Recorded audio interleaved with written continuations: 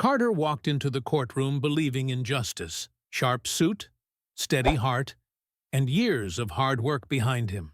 But the moment he stood before the judge, the smirk told him everything. This wasn't going to be about the law. It was about the color of his skin.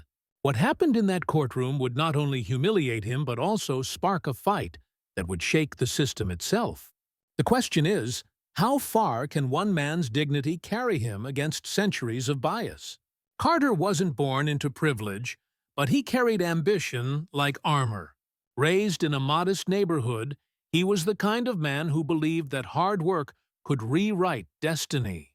His parents taught him resilience, his father working late shifts at the plant, his mother balancing 2 jobs just to keep food on the table. From them, Carter learned that nothing was handed freely, but everything could be earned. By the time he reached law school, he wasn't just another student. He was a fighter. Long nights in the library, internships where he was overlooked, endless hours spent proving he belonged in rooms that often reminded him he didn't.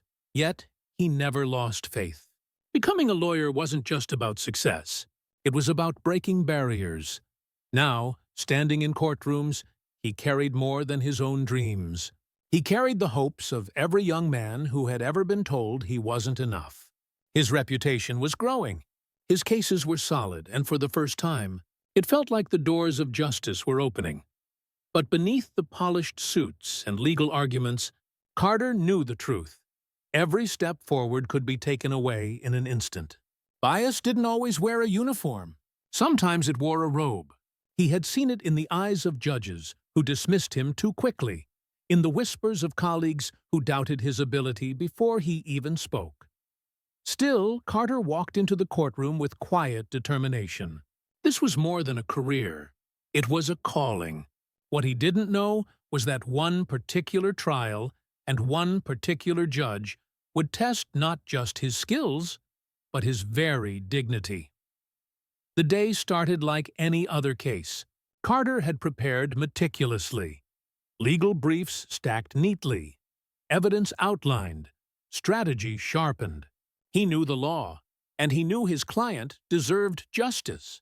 But the moment he entered the courtroom, the atmosphere shifted. The judge, an older man with decades on the bench, barely glanced at Carter before rolling his eyes. A subtle gesture, dismissive but heavy with meaning, Carter felt it immediately. The tone of the proceedings was different, colder. Each objection he raised was cut down before he could finish. Each argument was interrupted, not with legal reasoning, but with sarcasm disguised as authority. At first, Carter tried to ignore it. Judges had egos, and he had learned to navigate them. But this was different. The smirk, the laugh, the pointed comments. "Counselor, maybe you should revisit your basics," the judge quipped in front of a full courtroom. The words stung, not because Carter didn't know the law, but because everyone knew he did. It wasn't about competence, it was about undermining him, publicly, deliberately. The jury shifted uncomfortably. The opposing counsel smirked. And Carter? He stood taller, refusing to show the sting. But inside, the frustration boiled. Every professional victory he had fought for seemed to shrink under the weight of that mockery. As the trial continued, the attacks grew sharper.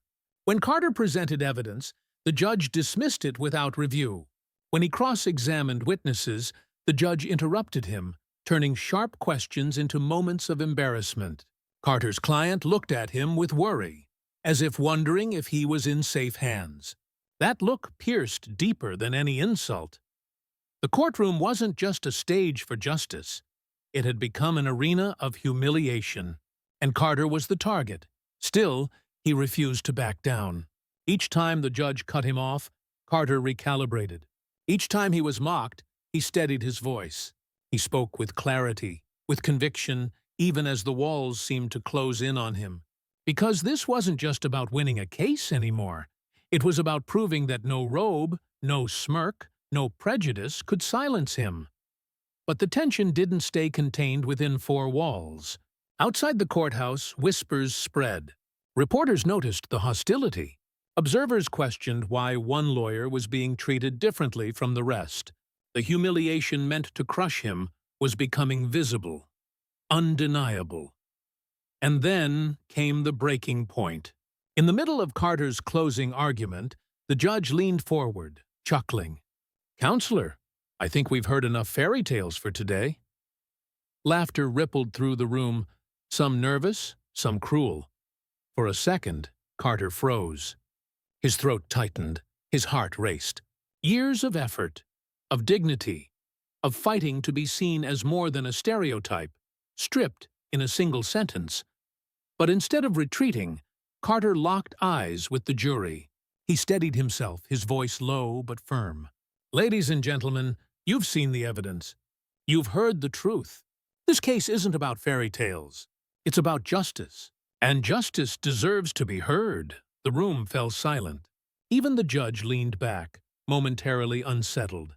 And that silence carried more power than any insult could. The tension inside that courtroom reached its breaking point. Carter stood at the center, voice steady.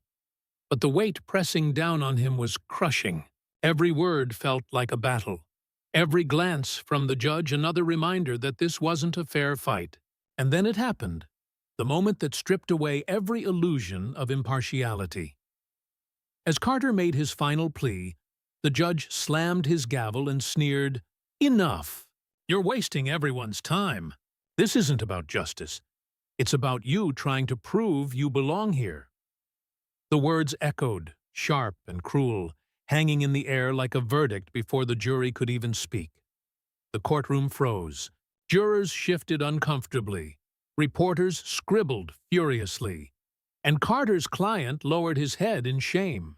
Years of dedication, nights of study, sacrifices his family had made, all mocked in a single breath. For Carter, it wasn't just an insult. It was an erasure. His chest tightened. His throat burned.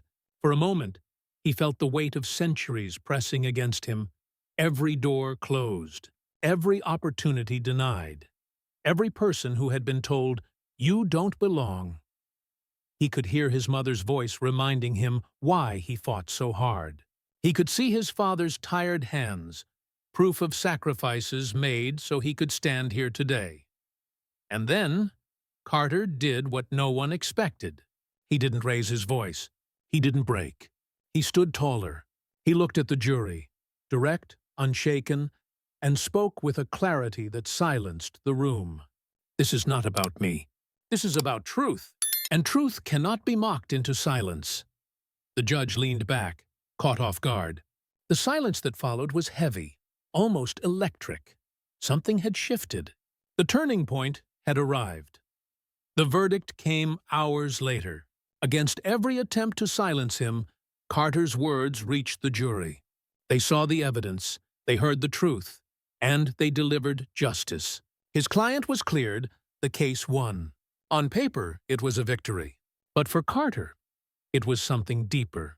Because while the jury had spoken, so had the judge. His bias was laid bare before a room full of witnesses, reporters, and peers. What was meant to humiliate Carter had instead exposed the very injustice he had spent his life fighting against. The whispers that once dismissed him as unproven now carried a different tone. People were paying attention, not just to the case, but to the treatment he endured. Outside the courthouse, questions spread. Articles were written. Headlines emerged, not just about the verdict, but about the mockery that had almost tainted it. What began as an insult in a courtroom became a spark in a larger conversation. Carter walked out with his head high, but he carried no illusions. One victory didn't erase a system built on centuries of exclusion. One trial didn't dismantle the walls that still stood, but it proved something powerful. That dignity could survive even the harshest attempts to strip it away. And for every young man or woman watching, wondering if they belonged, Carter's story sent a message. Yes, you do. Not because someone in power allows it, but because your worth isn't theirs to decide. The question remains, how many more Carters will have to endure humiliation before the system itself changes? How many more voices will be mocked before justice finally belongs to everyone? This was more than one man's fight. This was a reminder. Silence can be forced, but truth will always find a way to speak. Don't miss more powerful real-life stories. Hit subscribe now.